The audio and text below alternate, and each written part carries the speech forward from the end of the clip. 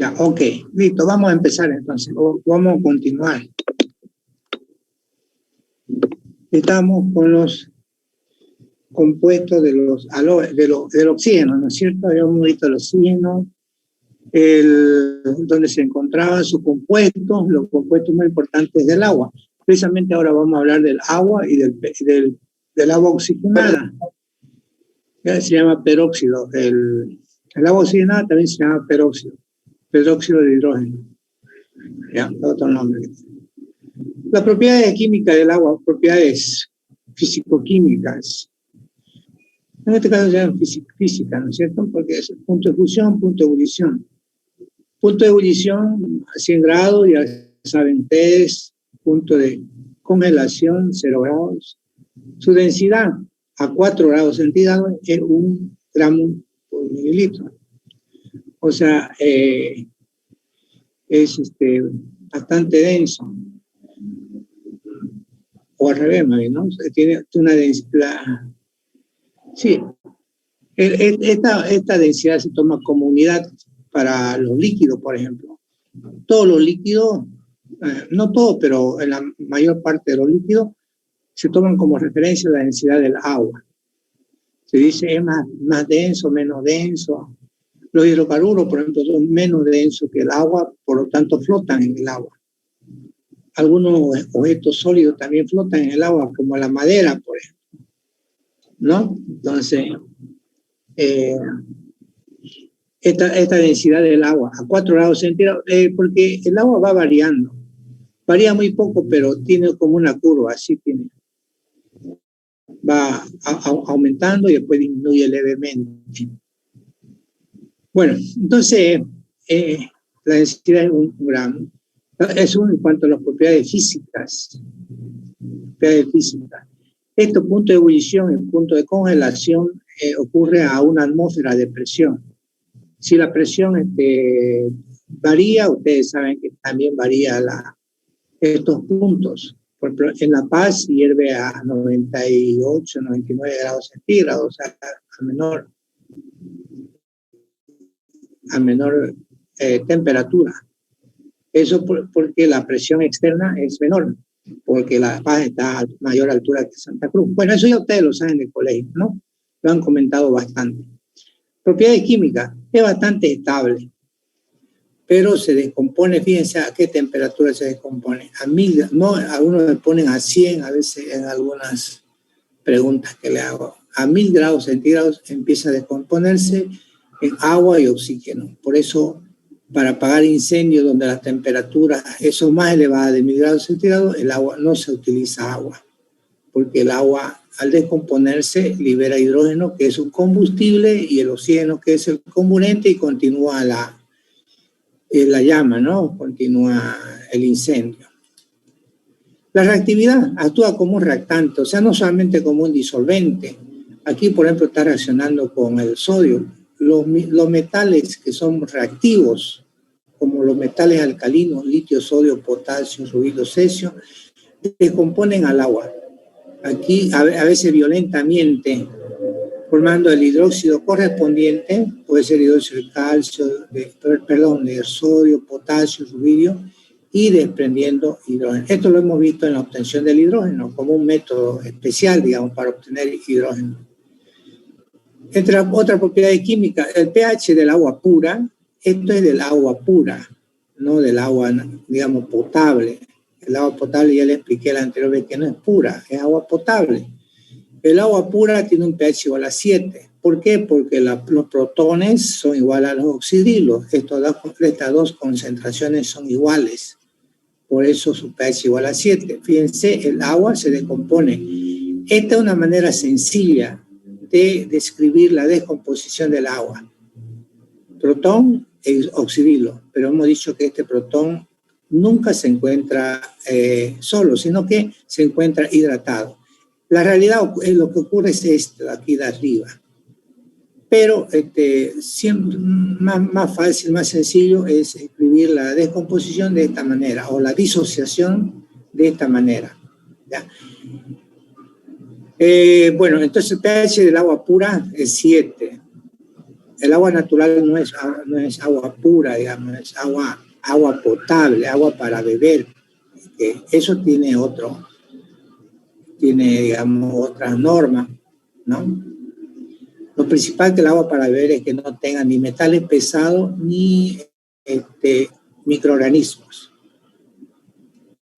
Bueno, es anfiprótico. ¿Qué significa anfi? Quiere decir que se comporta como ácido y como base. Aquí, por ejemplo, en esta reacción, la primera reacción que estoy aquí pasando con el puntero actúa como una base. ¿Por qué? Porque recibe protones según el concepto de Bronsted y Lowry. La sustancia que recibe protones es una base. Y en este otro caso está actuando como un ácido, porque cede protones, como indica la flecha, el sentido de la flecha. Recibe y cede. Aquí es una base, aquí es un ácido. Entonces, por eso se llama anfiprótico. Puede actuar como una base o puede actuar como un ácido. Con un ácido fuerte actúa como una base. Este es un anión que es básico, actúa como un ácido. Y los productos son estos. Bueno, ¿qué otra propiedad tiene? El agua produce o genera reacciones de hidrólisis. Ya hemos dicho que el agua generalmente actúa como un disolvente, pero en este caso actúa como un reactante o un reactivo, como dice. Pero lo más apropiado es decir reactante. Fíjense aquí, reacciona con el cloruro de silicio y forma el ácido silícico. Aquí reacciona con el tricloruro de fósforo y forma el ácido fosforoso más ácido clorhídrico o cloruro de hidrógeno, en ambos casos. Estas reacciones a veces se lo utilizan para obtener esto acá. O bien esto, en este caso más se utiliza para obtener el ácido fosforoso. ¿Ya? Porque para obtener ácido clorhídrico, cloruro de hidrógeno, existen otros métodos más baratos. Ya hemos visto en la anterior clase. El método de síntesis, contacto directo entre cloro e hidrógeno. Bueno, otra cosa es que el agua queda, digamos, cuando cristaliza de una solución se quiere obtener un sólido por cristalización, el cristal atrapa agua. Por ejemplo, aquí, el sulfato de cobre, que nosotros lo conocemos de un color azul. Si ustedes compran sulfato de cobre o piden en el laboratorio, van a ver que tiene un color azul. ¿Por qué? Porque tiene estas 5 moléculas de agua. Ese le da el color azul. Si nosotros calentamos esto, estas 5 aguas desaparecen y se transforma en sulfato de cobre anhidro, que es de color blanco. Esta agua de hidratación que se llama, o de cristalización, afecta solamente a las propiedades físicas. Y también en los cálculos, también afecta a los cálculos, por eso hay que tomar en cuenta esto, si es hidratado o deshidratado. Dureza del agua, este concepto es importante. Dureza se llama a la presencia de sales que contiene el agua. A eso se llama dureza, a la presencia de sales que contiene el agua. Estas sales, ¿ya?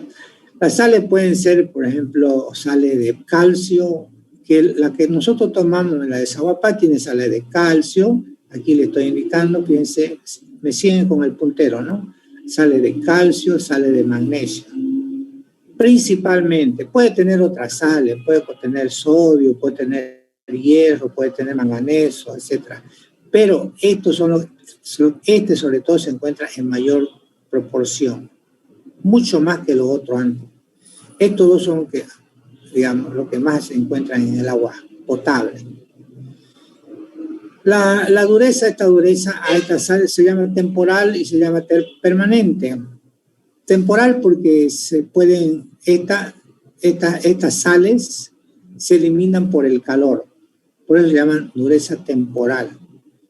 Esto ocurre cuando ustedes hacen hervir el agua. En la caldera han visto que queda un sarro de color blanco, y a veces cuando es metálico la caldera o donde hacen hervir el agua, queda un sarro de color blanco. Ese sarro se debe a la deposición, a la precipitación de los carbonatos de calcio y magnesio, principalmente. Estos bicarbonatos que son solubles, este significa bicarbonato por el hidrógeno, se convierte en carbonato de calcio y magnesio y precipita, y por eso se separa. Este es un método para ustedes, nosotros hacemos en casa para eliminar la dureza temporal. Por eso el agua hervida tiene un sabor diferente al agua de grifo, porque el agua de grifo, el agua natural, tiene estas sales y tiene oxígeno disuelto que le dan ese sabor agradable al agua. Si ustedes toman agua hervida, aunque sea fría, van a ver que es insalubre, tiene un sabor diferente, desagradable, que no estamos acostumbrados. Bueno, y la dureza permanente, que generalmente ya no son bicarbonatos como está encerrado acá, sino son sulfatos y otras sales, pueden ser cloruro, etcétera. Se llama permanente porque no se puede separar por medio del calor, como indica acá. No se pueden separar por medio esto significa calor, ¿ya? Temperatura, calor. Está formado también por sales de calcio, magnesio, hierro, manganeso, pero en forma de sulfatos. Este sulfato no precipita con el calor y tienen que utilizarse otros métodos si uno quiere separar estas otras sales. Por ejemplo, hay dos métodos. Por intercambio de iones. Es un método que se utiliza, por ejemplo, en laboratorio. En laboratorio, para obtener agua destilada, se puede utilizar el intercambio iónico. ¿Ya? En la industria también se utiliza mucho. Nosotros tenemos ahí en laboratorio una planta de agua que produce agua de mesa. También regulamos la cantidad de esta dureza por intercambio iónico. Tenemos una columna intercambiadora de iones. O bien en la industria se utilizan los polifosfatos, con los cuales estos metales forman complejos solubles y se eliminan en la purga. Purga se llama como una válvula por la cual salen como unos barros estos. No se endurecen dentro de la caldera, porque es importante eliminar esto, porque si aumenta la presión puede haber explosión o cualquier otro desperfecto de la caldera. Y cuando una caldera se para toda la industria. Aquí la industria no es industria pesada. ¿Por qué? Porque son pocos las industrias que tienen calderos. La industria que tiene calderas realmente se considera pesada, digamos, como la industria azucarera, la industria aceitera, la industria petrolera y otras industrias más pequeñas. Pero cuando ven, por ejemplo, hay otras industrias que no tienen esto, son industrias intermedias, podríamos decir. ¿Ya? La industria grande todas tienen caldera. Carbonato de sodio. También agregando esta sal, también se elimina la dureza permanente. Es otro método. Son 3 métodos. 1, 2, 3 métodos. ¿Cómo se determina la dureza del agua? Porque en muchos análisis, ya sea para la industria, para el control interno de las calderas, se utiliza este método para ver cuánto es la dureza total del agua que van a utilizar para el caldero. Este es un reactivo que forma complejos con estos, ya sea con esto o con otros iones que contenga el agua, manganeso, como decía aquí, hierro, etc. Este se llama el ácido etileno-diamino tetracético. Esto está en inglés, ¿no? Ácido etileno-diamino tetracético. Aquí está su nombre. Entonces, eso con esto acá forma un complejo soluble. Ese es un método que ustedes van a ver ahora y van a ver también en química analítica para determinar la dureza del agua, la dureza total, porque no discrimina si es calcio o magnesio, determina todos los iones metálicos que se encuentran ahí. Bueno, con eso terminamos esta parte del agua, que es muy importante el agua. Ustedes tienen que cuidar el agua, no sé. De esta materia tiene que salir alguna conciencia para cuidar el agua, ¿no es cierto? Algunos se lavan los dientes y dejan el grifo abierto, ¿no? Lo mejor es utilizar un vaso, llenar el vaso y lavarse los dientes y con esa agua remanente lavar el cepillo, después abrir el grifo y recién terminar de enjuagar su cepillo, ¿no? Y enjuagarse la boca. Entonces, tengamos buenos hábitos para que seamos personas conscientes para cuidar el agua, que es un bien que algunas personas piensan que el agua es eterna, que va a durar para siempre, digamos, ¿no? Y no es así. Se ha descubierto que mucho, o sea, se ha visto que hay muchos recursos naturales que no habían sido eternos, que se terminan, y a veces se terminan en años, 10 años, en décadas. En Santa Cruz ahorita ha habido denuncias porque quieren contaminar los acuíferos de donde las empresas... Me espera un momento, me espera un momentito, ¿ya?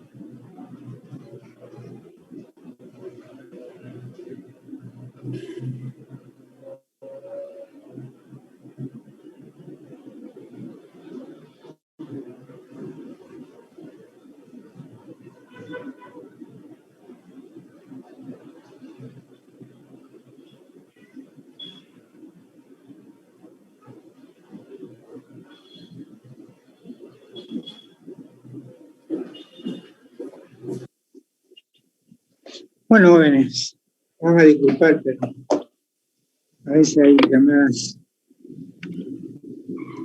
Van a disculpar, hay llamadas, a veces que uno no puede dejar de contestar. Bien, ¿están ahí todavía o es? ¿Y después del recreo están bien? Sí, estamos bien. Ya, entonces continuamos con el azufre. Entonces, medio entrecortado se escuchó lo último, pero bueno, el agua entonces es importante, muy, muy importante. Ustedes saben de que los pueblos se han asentado a orillas de río, de arroyo, de fuentes de recursos de agua. Los exploradores, la gente que ha venido a conquistar América, ¿no es cierto? Si no había agua no se quedaba, ¿no es cierto? Entonces, hay que cuidar los recursos de agua. Después vamos a hablar un poquito más al respecto. Inclusive en algunos lugares, como en el caso del Chaco, por ejemplo, antes, no sé si actualmente lo hacen igual, deben estar haciendo igual. Todo lo, ¿cómo se llama ahí los lugares donde beben agua los animalitos? La vaca, qué sé yo. Vertientes.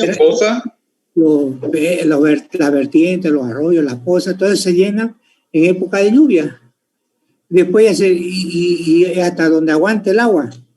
Actualmente Saguapá tiene un programa que le lleva, creo que no sé cuánto, 10.000 litros a la semana, más o menos en tren. Sobre todo cuando hay sequía, ¿no es cierto? Para las personas, especialmente para las personas, pero también para los animales domésticos, digamos, ¿no? Hay algunas épocas en que no llueven, entonces Saguapá ha creado un plan, digamos, para poder llevar agua en aquella época. No sé si será durante todos los años o solamente será durante la época de sequía. Bueno, eso ya lo verían ustedes, pero de todas maneras, la idea es que cuidemos el agua. ¿Listo? Algunos se bañan con mucha agua y otros no se bañan. Digamos, los que no se bañan, bueno, ahorran, pero no es una... Azufre. El azufre, este elemento es conocido desde tiempo, bueno, de antes de Cristo, digamos, ¿no? Esa civilización antigua ya conocían al oro, el azufre, varios metales utilizaban. Bueno, el estado natural se encuentra, fíjense, en yacimientos subterráneos, junto al yeso. El yeso es sulfato de calcio. Vamos a ver posteriormente. Aquí tenemos el yeso. Si ustedes se fijan, yeso dice acá con rojo. Este es el yeso. Es sulfato de calcio dihidratado con 2 moléculas de agua. Entonces ahí se encuentra y se les trae como un aparato, digamos, así como el que utilizan para obtener petróleo, ¿no? Entonces una de esas torres se arma ahí y ahí se perfora hasta llegar al lugar donde está el azufre. De ahí se le inyecta agua caliente no para disolverlo, sino para que se forma como una pasta que se pueda transportar, digamos, ¿no? Que se pueda bombear, mejor dicho. Y después se le inyecta gas, se le inyecta, en algunos casos, como el petróleo, el sulfuro de hidrógeno, a poner azufre, está en forma de gas. Pero en realidad en el sulfuro de hidrógeno, en el petróleo, constituye un contaminante. Los hidrocarburos pesados, el de Bolivia no es muy liviano. Como le decía anteriormente, por ahí, si le he dicho, bueno, el 90%, el 95% de nuestro hidrocarburo es gas, el resto es líquido. Por eso tiene que importar Bolivia diésel sobre todo, ¿no? Diésel, asfalto, y bueno, los hidrocarburos más pesados. Acá podemos fabricar la gasolina de aviación, por ejemplo, que es liviana, y gas natural, ¿no? Gas natural vehicular y gas natural que utilizamos para la cocina, ¿no? Los sulfuros metálicos, de este azufre se tienen sales. Este compuesto es el que vamos a ver posteriormente, sulfuro de hidrógeno. Ya vamos a ver sus propiedades. Pero muchos metales se encuentran como sulfuro y sirven como mena, digamos, a partir del cual se pueden extraer los metales. Por ejemplo, del sulfuro de plomo se puede extraer el plomo, del sulfuro de zinc se puede extraer el zinc, del sulfuro de hierro se puede extraer el hierro, pero no se obtiene del sulfuro, sino del óxido. De aquí se puede obtener mercurio. Este es un sulfuro doble de cobre y hierro. Se llama calcopirita este de acá, calcopirita. Bueno, entonces fíjense ustedes, varios metales se encuentran como sulfuros y sirven como fuente para extracción aplicándole la metalurgia para obtención del metal correspondiente. Otras sales que forman el azufre, hemos visto los sulfuros y los sulfatos. En estado natural, ¿cuáles son los sulfatos? Sulfato de bario, sulfato de calcio, sulfato de estroncio, que son sulfatos de los metales alcalino térreos. Bario, calcio, estroncio. ¿Ya? Entonces, a este se llama anhidrita. Y a este otro, que es lo mismo que este, pero este está hidratado. A este se llama yeso, al que está con 2 moléculas de agua. En cambio, este no tiene. ¿Ya? Vamos a ver enseguida de que cuando al yeso se lo calienta, pierde 1,5 molécula de agua. No la pierde todas las moléculas. Y eso le da digamos, le concede una propiedad que puede fraguar, es decir, que puede atrapar otra vez esas 1,5 moléculas de agua que se le ha extraído, nuevamente las atrapa y se endurece. A eso se llama fraguado, así como cuando fragua el cemento, ¿no? Así se endurece. Claro que el yeso no se endurece a la misma velocidad. El yeso tarda mucho más tiempo en endurecerse. En cambio, el cemento tarda muy poco en endurecerse, ¿no es cierto? La obtención industrial es por el método de Frasch. Ese método de Frasch, que son columnas como las columnas petroleras, esas que se utilizan para obtener petróleo. Bueno, el azufre presenta varias variedades alotrópicas, como están aquí viendo. El azufre rómbico, el monoclínico y el azufre amorfo. De todos estos, el más estable es el rómbico, que es un azufre que sus cristales son pequeños. En cambio, el monoclínico, su cristal es largo como aguja.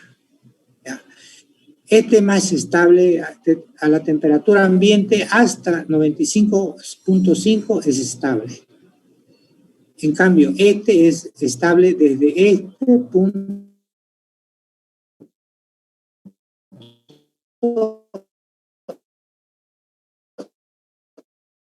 desde este hasta que nosotros compramos o manejamos el azufre rómbico, porque a temperatura ambiente está así. El azufre amorfo es el que se obtiene a partir de una reacción química. ¿Ya? Por ejemplo, aquí tenemos un tiosulfato de sodio, que cuando se hace reaccionar con ácido clorhídrico, entonces, bueno, después lo voy a meter aquí, no se ve a los compañeros que están. Bueno, entonces fíjense, aquí hay una reacción redox mediante la cual el azufre queda libre. Este azufre es amorfo, es decir, que no tiene ninguna forma cristalina. Estos tipos de azufre parecen cristales, brillan.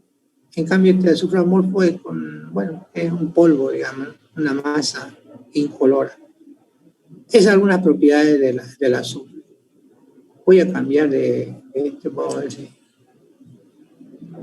Ya, ¿se ve esto? ¿Me avisan si se ve esta pizarra? Sí, ingeniero, se ve. Sí, se ve. Ya, Sí, ya se ve. me permite un momento a ver si quiero se puede dirigir a sus compañeros de acá. Pero aquí no me aparece nada arriba.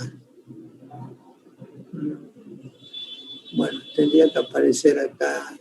Bueno, el azufre plástico es otra forma de azufre. Cuando se calienta el azufre te queda como chicle, digamos, ¿no? Hay un chicle que ustedes un material que pueden estirarlo, pero se enfría y otra vez se queda rígido. Por eso se llama azufre plástico.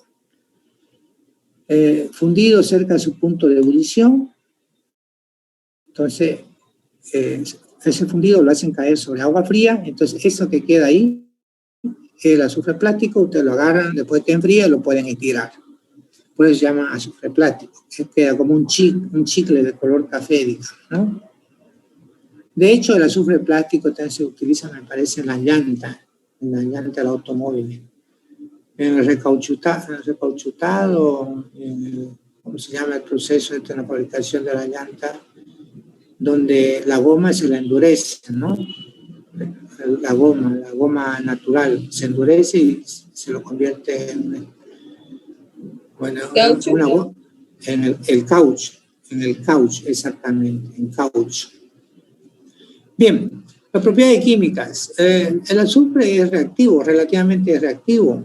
Por ejemplo, con los no metales forma el dióxido de azufre, calentarlo un poquito.